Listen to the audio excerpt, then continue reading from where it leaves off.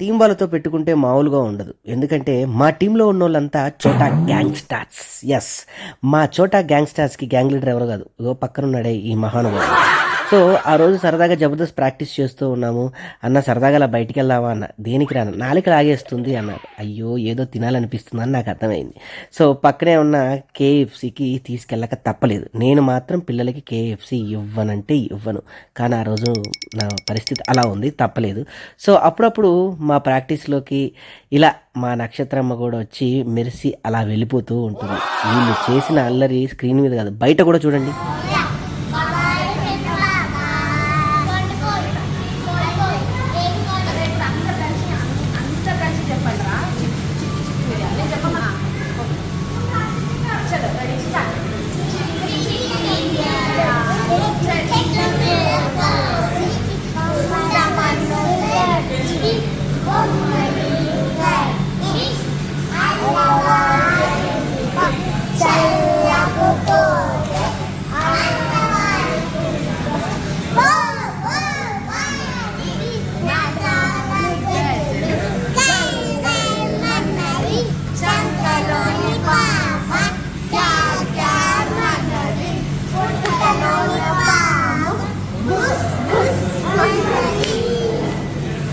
అందరు కలిసి కేఎఫ్సీని కేక పుట్టించారు. మామూలుగా అల్లరి చేయలేదు. ఈ లోపల వేడివేడిగా తినుబండారాలు వచ్చేసాయి.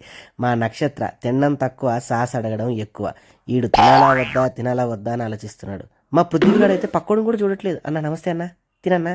ఈడేమో చెంచాకి ఎక్కువ, తినడం తక్కువ. కడతారా? బిల్లు కడతావా?